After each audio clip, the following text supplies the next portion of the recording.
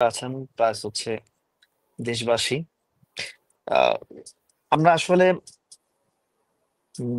Major Afsar সাহেবের সাথে একটা জিনিসের সাথে আমি নিজে খুব একমত যে প্রথম থেকেই সরকারের বিভিন্ন কার্যক্রম আসলে অন্তর্বর্তীকালীন সরকার বিভিন্ন সময় বিভিন্ন জিনিস একটু গ্যাপে রাখছে জনগণের কাছে প্রকাশ করা, অন্ধকারে রেখে রেখে একটা ফয়সালা শোনানো, একটা সিদ্ধান্ত শোনানো, একটা অধ্যাদেশ জারি করা, এরকম অনেক কিছু আমরা দেখছি। এটা আসলেই ভবিষ্যতে এই সরকারের প্রশ্নবিদ্ধ হওয়ার একটা কারণ হবে, এটা নিশ্চিত।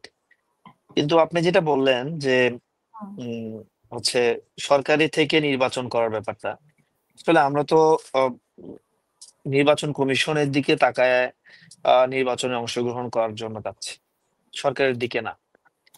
আহ, সরকার যদি হচ্ছে নির্বাচন কমিশনকে পরিপূর্ণ স্বাধীন মনে করা হচ্ছে এখনো পর্যন্ত, এবং তাদের স্ট্যান্ড কিন্তু কখনোই আপনি যেরকম বললেন যে আহ, ছাত্ররা অনেক সুবিধা নিচ্ছে বা সরকারে অংশগ্রহণ করছে, কিন্তু দেখেন, ছাত্ররা যদি সুবিধাই নিত সরকারে থেকে যদি ওইভাবে প্রভাবিত করারই চেষ্টা করত, তাহলে নিজেদের দলের মার্কা নিয়ে 6বার মিটিং করতে হতো না, আর বারবার এটা নিয়ে আহ নিজেদের মধ্যে তারপরে হচ্ছে সরকার পর্যায় পর্যায় পর্যন্ত মিটিং অথবা নির্বাচন কমিশন পর্যন্ত এটা নিয়ে বারবার আলোচনা করতে হতো না।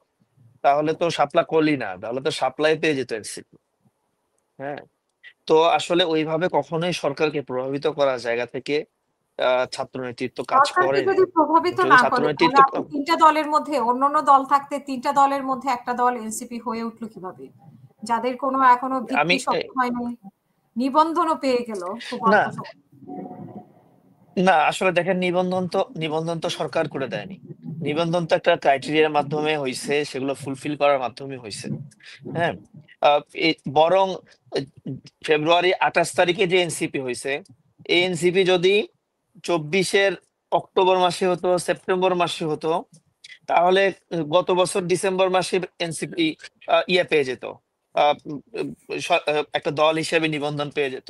তখন আরো যে পরিমাণ মানুষের মধ্যে ক্রেজ ছিল, যে পরিমাণ মানুষের মধ্যে আকাঙ্ক্ষা ছিল যে নতুন কোন একটা শক্তি তারা দেখতে চায়, এই জায়গা থেকেই আসলে ছাত্র নেতৃত্বদের রাজনীতির মধ্যে অংশগ্রহণ, এটা বারবার এনসিপির আহ্বায়ক নাহিদ ইসলাম সহ আরো অনেকেই, অথবা যারা নতুন ছাত্র নেতৃত্বের মধ্যে আসছেন তাদের কথার মধ্যে বিভিন্ন টকশোর মধ্যে এটা পরিষ্কার করার চেষ্টা করছেন। আমিও এর আগে বলছি যে আন্দোলনের সময় আন্দোলনের বেসিক একটা জায়গা ছিল কোটা, কিন্তু আগ জুলাইয়ের যত শেষের দিকে যাচ্ছিল তত বেশি এটা সরকারকে সরকার পতনের দিকে, অথবা সরকারের ওই সময়ের অবৈধ যে হাসিনা সরকার ছিল, সেই সরকারের আহ উম, দাসত্ব থেকে মানুষ যে বের হতে চায়, এটার প্রেরণা তো শুধু ছাত্রদের মধ্যে না, সেটা তো সবার মধ্যেই দেখা গেছে। রিয়া গোপ একটা ছোট বাচ্চা মেয়ে, সেই জায়গা থেকে শুরু করে 80 বছরের আব্দুর রশিদ পর্যন্ত কিন্তু এটার জন্য জীবন দিছে। মাঝখানে ছাত্ররা আছে, আবু সাইদ মুগ্ধ তারাও আছে। কিন্তু পরিষ্কার যে জিনিসটা আজকে প্রশ্নের জায়গায় দাঁড়াচ্ছে, আমি এটাতেও আফসারি সাহেবের সাথে একমত, যে সংস্কারের জায়গাতে ওই সরকার ওই রকম সরকার হয়ে উঠতে পারেনি, যেই সরকার হয়ে উঠলে আজকে এই প্রশ্নগুলো থাকতো না।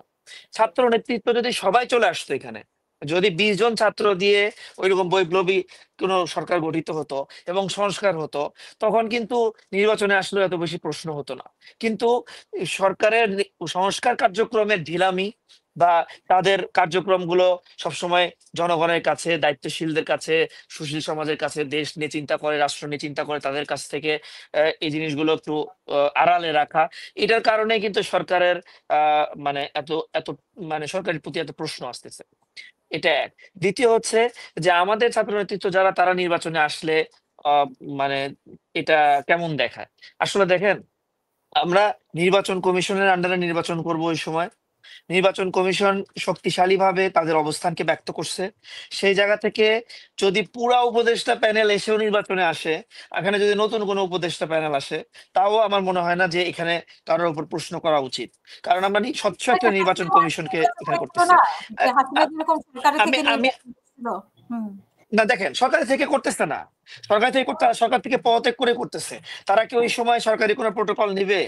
তারা কি ওই সময় সরকারি কোনো অবস্থান নিবে? দেখেন, মানে নির্বাচনের তারিখ তত্ত্বাবধায়ক ঘোষণা সরকার বা তারিখ ব্যবস্থা কি, পদত্যাগ করলো। একটু আমি বলি, একটু বলি। দেখেন, তত্ত্বাবধায়ক সরকার ব্যবস্থা কি ছিল এর আগে বা ভবিষ্যতে যেটা হতে যাচ্ছে, সেটা হচ্ছে যে একটা সরকার থাকতেছিল, সে সরকার একটা নতুন সরকারের কাছে 3 মাসের জন্য, 90 দিনের জন্য, বা হচ্ছে 120 দিনের জন্য, 3-4 মাসের জন্য দায়িত্ব দিয়ে তাদের আন্ডারে যাচ্ছে। 3 মাস আগে কি তাহলে সরকার ছিল না? 3 মাস আগে তো তারাও সরকারই ছিল। তাহলে এই সরকার থেকে আসিফ মাহমুদ, সজীব ভুইয়া বা অন্য কেউ, মাহফুজ সাহেব, অথবা যদি মোহাম্মদ সাখাওয়াত সাহেবই নির্বাচন করতে আসে, অথবা ডক্টর ওয়াহিদুদ্দিন মাহমুদ সারি যদি নির্বাচন করতে আসে, তাহলে তাকে কেন আমরা প্রশ্নের মধ্যে নিয়ে আসতেছি? তত্ত্বাবধায়ক সরকারের সময় তো আমরা কখনো নিয়ে আসি না যে 3 মাস আগে তো আপনারাই ছিলেন, তাহলে আপনার কোনো মন্ত্রী নির্বাচন করতে পারবেন না, কোনো কোনো কোনো হচ্ছে কি বলে দলীয় লোক নির্বাচন করতে পারবেন না। এটা তো হতে পারে না। হ্যাঁ, এই জায়গাতে ছাত্ররা একটা দল বানাইছে দেখে হয়তো এই প্রশ্নটা আসতেছে যে আসিফ মাহমুদ, সজীব ভুঁইয়া কি এই দল থেকে নির্বাচন করবেন না স্বতন্ত্র নির্বাচন করবেন। এটা সম্পূর্ণ তার ব্যক্তিগত ব্যাপার। আমাদের দলের সাথে তার ওই পুরানো সম্পর্কটা আছে, যেটা হচ্ছে ছাত্র নেতৃত্বের সমন্বয় সময়ের সম্পর্ক। কিন্তু পরবর্তীতে দল হওয়ার পরও এখনো দলে সংগঠিত হয়ে ওই রকম ভাবে তার সাথে এখনো আমাদের ওই রকম ভাবে সম্পর্ক হয়ে ওঠেনি। হয়তো সে দলে আসতেও পারে, নাও আসতে পারে। নাহিদ ইসলাম আসছে, আহ্বায়ক হয়েছে, সে আসলে হয়তো কোনো দায়িত্ব পাইতে পারে, নাও পাইতে পারে, অথবা সে স্বতন্ত্রও করতে পারে। সেই প্রশ্নগুলোর উত্তর ইনশাআল্লাহ তার পদত্যাগের পরেই জানা যাবে, যখন তার সাথে কোনো সরকারের ট্যাগ থাকবে না, কোনো প্রোটোকল থাকবে না। ওই সময় আসলে তাকে প্রশ্ন করা যায় না। জি। জি, আপনাদের মধ্যে থেকে আমরা দেখলাম যে একজন রিকশাওয়ালাকে দাঁড় করিয়েছে। যিনি ১ম এই খালেদা জিয়ার সাথে নিজেকে তুলনা করেছেন যে যারা চুরি করে যদি যায়, এতিমের টাকা চুরি করে যায়, এটিকে আসলে শোভনীয় বলে আপনি মনে করেন? আসলে আবার দেখেন, সেই তাকে কিন্তু রিকশাওয়ালা বলছে উনি ইয়া একজন দেওয়া হয়নি, তাকে কিন্তু দেওয়া হয়নি, নমিনেশন দেওয়া হয়নি। সে নমিনেশন কিনছে মাত্র। এখন নমিনেশন যদি দেওয়া হয়, তাহলে উম, দলের স্ট্যান্ড থেকে যদি প্রশ্ন করা হয়, তখন আমি উত্তর দিব। কিন্তু এখনো যেহেতু তাকে নমিনেশন দেওয়া হয় নাই, তো সেই জায়গা থেকে আসলে কি আমাদের হচ্ছে আহ গণতন্ত্রের এই মুহূর্তের একটা বড় প্রতীক চিহ্ন হিসেবেই আমরা দেখে আসছি, এবং তাকে আমরা ওই জায়গা থেকেই সম্মান করতে চাই, বেগম খালেদা জিয়াকে। তো ওনার ওনার সুস্থতাও কামনা করতেছি আমরা আল্লাহ তাআলার কাছে। তো উনি ওনার ব্যাপারে মেনশন করেই বেচারায় বলছে কথা কিনা, নাকি হচ্ছে গত 17 বছরেও তো এতিমের মাল খাওয়া হয়েছে। গত 17 বছরে কি 560টা মসজিদ, কি বলে, মডেল মসজিদ বানানোর নামে টাকা পয়সা চুরি করা হয়নি? ইসলামিক ফাউন্ডেশন থেকে টাকা পয়সা চুরি করা হয়নি? জাকাত ফাউন্ডেশন থেকে টাকা পয়সা চুরি করা হয়নি? সব জায়গা উনি থেকেই তো যেভাবে হয়েছে। মিন করেছে এমনকি সেটা তারেক খালেদা জিয়ার উপরেই এমনকি এমনকি এমন ঘটনাও আছে, এনসিপি নেতাদের এমন সামনে। ঘটনাও আছে। আমার মনে হয় না, কারণ হচ্ছে এনসিপির নেতারা যেখানে আমাদের প্রধান সমন্বয়ক হচ্ছে মুখ্য সমন্বয়ক আমাদের দলের নাসিরউদ্দিন পাটোয়ারি, সে কিন্তু বারবার এই কথাটা বলছে যে আমরা হচ্ছে বেগম খালেদা জিয়ার যে আসন আছে, সে আসনে আমরা তার সম্মানের কারণে প্রার্থী দিতে চাচ্ছি না। যেখানে তাকে এই জায়গার এই সম্মানের জায়গাতে চিন্তা করা হচ্ছে, সেই জায়গাতে তার ব্যাপারে আনুষ্ঠানিক দলের কোনো কথা এটা হতেই পারে না। আমাদের দলের এটা ব্যক্তি সুজন ভাইয়ের কথা হতে পারে, অথবা আমার মনে হয় হয়তো উনি ওইটা মাথায় রেখে বলেইনি, হয়তো অন্য কোনো কথা কথা মাথায় রেখে বলছে। ওনার রেসপেক্ট উনি হয়তো কাউকে দেখছে এরকম চুরি করতে, তার রেসপেক্ট থেকে বলছে। আমার মনে হয় না বেগম খালেদা জিয়ার ব্যাপারে, এরকম একজন ব্যক্তির ব্যাপারে উনি কথা বলছেন। আর আমাদের দলের তো অবস্থান এরকম বিলকুল না।